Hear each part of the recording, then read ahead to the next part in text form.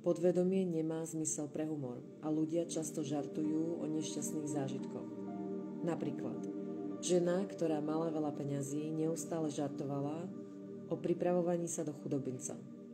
O niekoľko rokov bola takmer bez pomoci, pretože zapôsobila na podvedomie obrazom nedostatku a obmedzení. Našťastie zákon funguje oboma spôsobmi a situácia nedostatku sa môže zmeniť na jednu z mnohých. Napríklad, v jeden horúci letný deň ku mne prišla žena na liečbu pre blahobyt. Bola unavená, skľúčená a vyšťavená. Povedala, že vlastní len $8 na svete. Povedala som, dobre, požehnáme tých $8 a rozmnožíme ich tak, ako Ježiš rozmnožil chleby a ryby. Lebo učil, že každý človek má moc žehnať, množiť sa, uzdravovať a prosperovať. Povedala, čo mám robiť ďalej? Odpovedala som, nasledujte intuíciu. Máte tušenie niečo urobiť alebo niekam ísť? Intuícia znamená vnútorná lekcia, lebo sa má učiť znútra. Je neomylným sprievodcom človeka a jeho zákonitostiam sa bude podrobnejšie venovať v nasledujúcej kapitole. Žena odpovedala, neviem, zdá sa, že mám tušenie ísť domov. Mám dosť peňazí na auto. Jej domov bol vo vzdialenom meste a bol domovom nedostatku a obmedzení a rozumová myseľ alebo intelekt by povedala, zostaň v New Yorku, nájdi si prácu a zarob si nejaké peniaze. Odpovedala som, tak choďte domov, nikdy neporušujte tušenie. Povedala som za ňu tieto slova. Nekonečný duch otvára cestu veľkej hojnosti pre a dodala jej meno. Je neodolateľným magnetom na všetko, čo jej božským právom patrí. Povedala som jej, aby to tiež neustále opakovala. Okamžite odišla domov, spojila sa so starým priateľom svojej rodiny. Prostredníctvom tohto priateľa získala $1000 tým najzázračnejším spôsobom. Často mi hovorila, povedz ľuďom o žene, ktorá za tebou prišla s $8 a tušením. Na ceste človeka je vždy veľa, ale môže sa prejaviť iba prostredníctvom túžby, viery alebo hovoreného slova.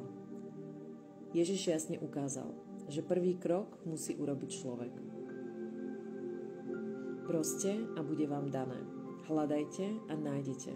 Klopte a otvoria vám. V písmach čítame, čo sa týka diel mojich rúk, prikážte mi. Nekonečná inteligencia, Boh, je vždy pripravený splniť najmenšie alebo najväčšie požiadavky človeka. Každá túžba vyslovená alebo nevyjadrená je požiadavkou. Často nás zaskočí, že sa nám náhle splní prianie. Napríklad, raz na Veľkú noc, keď som videla veľa krásnych rúžových stromčekov v kvetinárstvách, priala som si, aby som jeden dostala. A na okamih som ho v duchu videla, ako ho nosí niekto vo dverách. Prišla Veľká noc a s ňou krásna rúža. Nasledujúci deň som poďakovala svojej kamarátke a povedala som jej, že je to presne to, čo som chcela.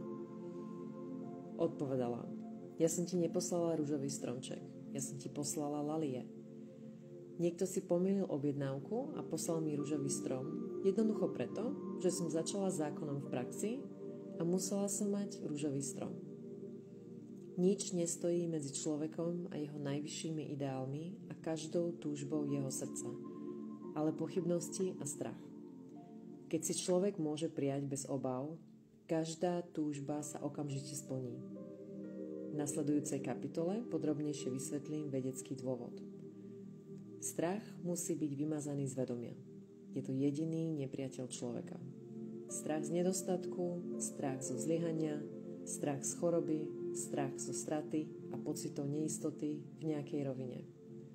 Ježiš povedal, prečo sa bojíte, vy maloverní? Takže tu vidíme, že strach musíme nahradiť vierou, pretože strach je len prevrátená viera. Je to viera v zlo namiesto dobra. Cieľom hry života je jasne vidieť svoje dobro a vymazať všetky mentálne obrazy zla. To sa musí urobiť tak, že zapôsobíte na podvedomie realizáciou dobra. Jeden veľmi geniálny muž, ktorý dosiahol veľký úspech, mi povedal, že zrazu vymazal všetok strach zo svojho svedomia čítaním nápisu, ktorý videl v miestnosti. Videl vytlačený veľkými písmenami tento výrok. Prečo sa báť? To sa asi nikdy nestane. Tieto slová sa nezmazateľne vrili do jeho podvedomia a teraz je pevne presvedčený, že do jeho života môže prísť len dobro a preto len dobro môže prejaviť. V nasledujúcej kapitole sa budem zaoberať rôznymi metódami zapôsobenia na podvedomia.